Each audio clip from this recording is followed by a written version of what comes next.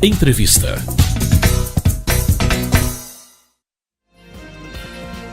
É muito comum que a gente ouça relatos diários acerca dos golpes praticados na internet, casos de violação de privacidade e até do cyberbullying. E a gente se pergunta, né, como fazer para se proteger em casos como esse. Quem está com a gente na linha é a doutora Ana Paula Siqueira Lazarete de Mesquita.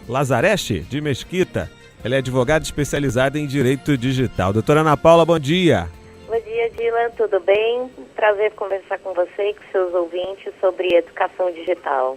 Opa, o prazer é meu. E eu vou começar perguntando a respeito da questão da privacidade. Nós normalmente temos aquela preocupação com relação aos ataques pontuais, né, de eventuais criminosos roubando dados, sequestrando até dados e pedindo resgate por eles, mas eu também fico observando a quantidade de empresas, os proprietários das aplicações, que ficam com dados dos usuários sem ficar muito claro, né, por que aqueles dados estão sendo pedidos, para onde eles estão sendo repassados. Se você faz uma pesquisa, se você conversa, por exemplo, lá no seu e-mail, usando uma ferramenta de mensagem, daqui a pouco uma palavra que você colocou ali para dizer para onde você vai no fim do ano, você começa a receber ofertas de hotéis da região, enfim, pacotes. Quer dizer, são os seus dados sendo utilizados por outras empresas. E aí o que eu pergunto é como que a gente pode avançar no sentido de que o usuário sempre tenha muito claro quais são as informações dele que podem ser acessadas pelas aplicações,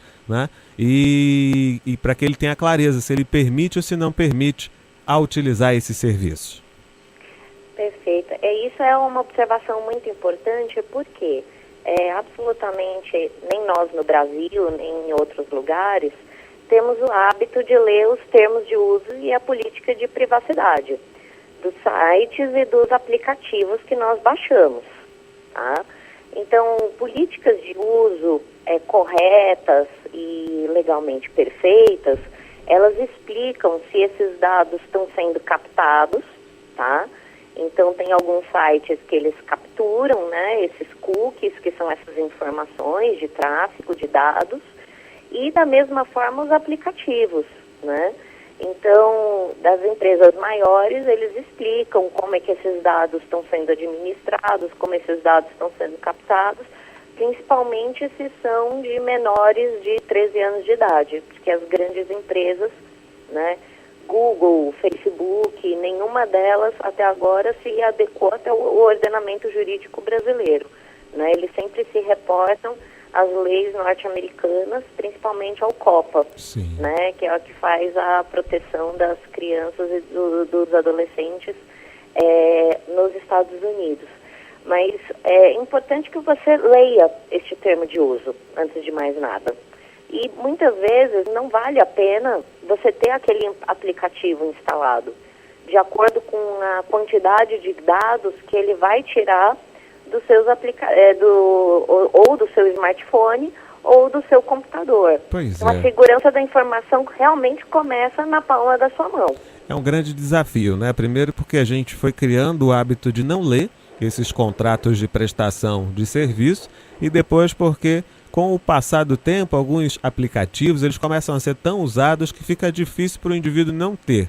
Mas aí ele entra, né, nessa questão. Se ele aceitar para poder utilizar o serviço, ele está automaticamente fornecendo as suas informações e a gente tem muita dificuldade de rastrear e saber como elas são utilizadas, né? Agora, aproveitando para falar desse aspecto da legislação, nós temos um marco regulatório civil, que é o Marco Civil da Internet, que surgiu depois de uma tentativa de uma lei primeiro penal, que foi a Lei Azeredo, rendeu muitas reclamações, movimentos sociais, e também essa lei que tem as tipificações penais, no caso da Lei Carolina Dickmann, né?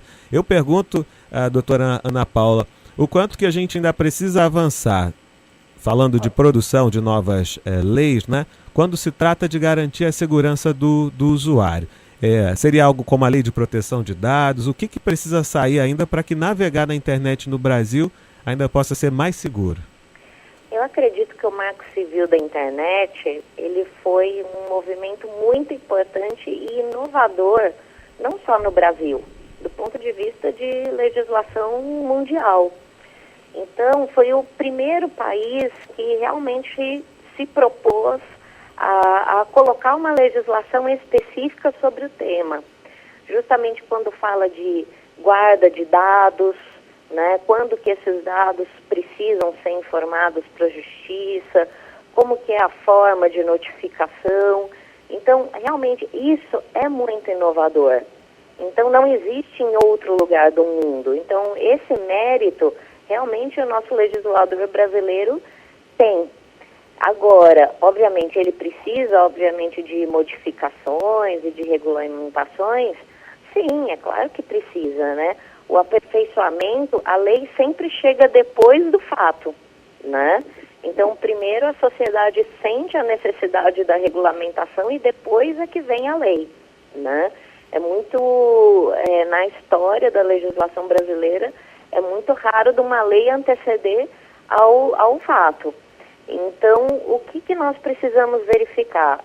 Como está sendo, precisa ter uma regulamentação melhor, principalmente da captura de dados, né, do armazenamento de dados, né, que é a grande discussão que hoje, né, se tem com o Facebook / WhatsApp, né, do fornecimento de dados para a justiça. Captura, não captura? Como é que tem isso? Como é que isso é informado? Então, até se teve uma audiência pública em relação a isso e, obviamente, até teve o Ministério Público se posicionando, né, sobre como hoje é fácil você utilizar um aplicativo, você conseguir fazer atos preparatórios de crime por meio de um aplicativo, já que esse aplicativo não fornece dados para a justiça. Então, é isso que precisa tá regulamentado de como, né, finalmente vamos superar essa barreira.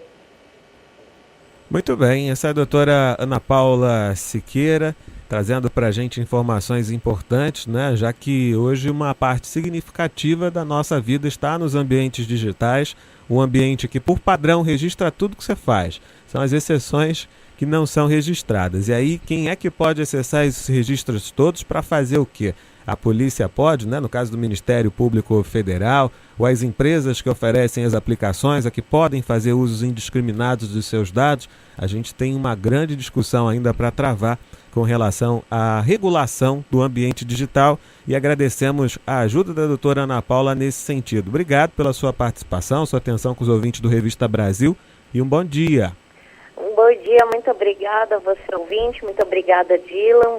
Vamos continuar nessa jornada de educação digital, porque só assim a gente vai fazer a internet mais segura e pacífica.